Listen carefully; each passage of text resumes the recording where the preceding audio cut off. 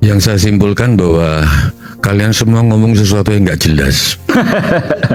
Karena agama beda dengan teknik sipil, beda sama kedokteran, beda sama hukum, harus ada ijazah. Agama itu bukan penghidupan, bukan teknik sipil, bukan kimia. Agama itu kehidupan. Agama itu hati nurani. Tolong dibenarkan sama Mas Islah, Cak Islah nanti. Kitab suci adalah hati nurani, itu ada hadisnya. Kalau kita ngomong sudah sesuai hati nurani, mau kita sudah baca Al-Quran atau enggak, itu sudah Al-Quran isinya. Hati nurani beda sama perasaan. Segala sesuatu yang tulus itu pasti kalau diucapkan hati nurani. Siapa yang tahu kita tulus atau enggak? Ada sesuatu dalam diri kita, itulah Tuhan yang qayyum. Ibu saya nggak baca Al-Quran. Nah, ngomong Nabi Muhammad aja nggak bisa, Nabi Muhammad. Tapi dia ngomong uripku iso dipikul-pikulane sak pikulan-pikulane Gusti Allah. Ternyata surat terakhir Al-Baqarah sesuai dengan kemampuan kita. Bapak saya pernah bilang, kamu nggak akan bisa mencapai kebenaran kalau kamu nggak sabar. Kebenaran yang kamu capai dalam kesabaran itulah yang kamu amalkan. Aku ngobrol-ngobrol sama muridnya, cucu muridnya Pak Dahlan Iskan, Ahmad Dahlan. Agak mirip. Ternyata Haji Ahmad Dahlan ngajarin wal asinal insana lafi khusrin illal ladzina amanu wa amilus solihati wa tawasaw bil haq wa tawasaw bis sabr. Itu yang diajari sob dulu. Kamu harus 3 tahun belajar sabar. Kalau kamu nggak sabar, kamu nggak bisa ngeliat kebenaran. 3 tahun lagi, kalau kamu sudah ngeliat kebenaran dari hasil kesabaranmu, itulah yang kamu amalkan, wa amilus solihati. Bapak saya nggak ngerti Al-Quran, ngomongnya bisa persis.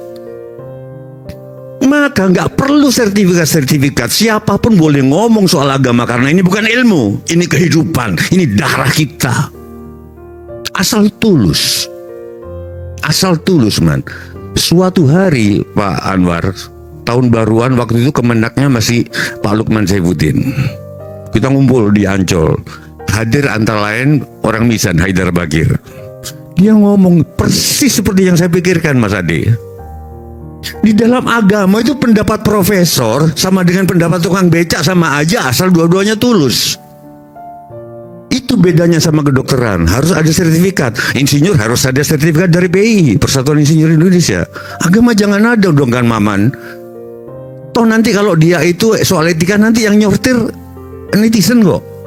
Soal etika? Iya, soal etika dan lain sebagainya. Dan saya soal etika nanti saya mau ngomong soal kemiskinan yang diomongin Mas Maman tadi habis ini. Jadi dia ngomong begini, menurut bapaknya Najwa Shihab, siapa namanya? Pas gue siap, sesuatu yang tulus itu nilai profesor sama ini betul juga. Gitu loh. Suatu hari nggak tahu masih sependapat nggak, saya selalu mendengarkan pendapat orang tentang agama asal saya merasa dia tulus, bukan karena mau gampangnya. Ketika ada si X ngomong tidak ada perintah sholat di dalam Al-Quran, siapa tuh ada benarnya, walaupun saya mendengarkan yang lain lagi, asal tulus, bukan karena mau gampangan, mau nggak sholat. Itu mau gampangnya aja dia. Kalau nggak salah ada seorang Adi Armando yang pernah ngomong gitu loh. Gitu loh. Oke, itu saya. Jadi tolong disadari, agama itu kehidupan. Ibu saya nggak pernah baca Al-Quran, tapi omongannya kayak Al-Quran semua. Sekarang zaman edan bu, enggak. Sing edan duduk zaman ini, sing edan menungsone. Ini kayak surat apa gitu. Sekarang saya ngomong soal kemiskinan. Saya bukannya mau membela Gus Miftah. Saya sering ikut ceramah, dampingi Gus Mus, kadang-kadang ceramah sendiri.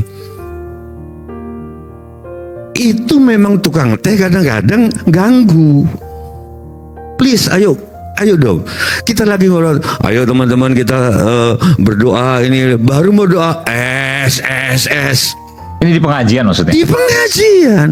Maka kalau Aiman lihat Was membeli, terus Niken Salindiri membeli, itu sebetulnya mungkin juga dalam tanda kutip ada unsur keselnya karena mereka ganggu.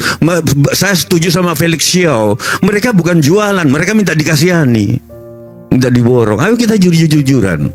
Saya setuju sama Kang Maman. Apakah kita mau mengkomunikasikan kemiskinan seperti ini? Sekarang Gus Ikdam beredar, pengajiannya diserbu oleh OSSST, minta diborong. Gimana? Karena terus itu, jadi dan saya yakin netizen yang ngebela ini apa ngebela ST? Enggak yakin. Ketika netizen membela wayang yang disangka Ustadz bahasa lama ya, walaupun sebenarnya nggak menghina, disangka menghina wayang, diserang. Apakah mereka pernah nonton wayang? Enggak. Hanya mereka cuma nggak seneng sama Ustadz ini. Netizen cuma nggak seneng aja sama Gus Miftah karena mungkin kaya.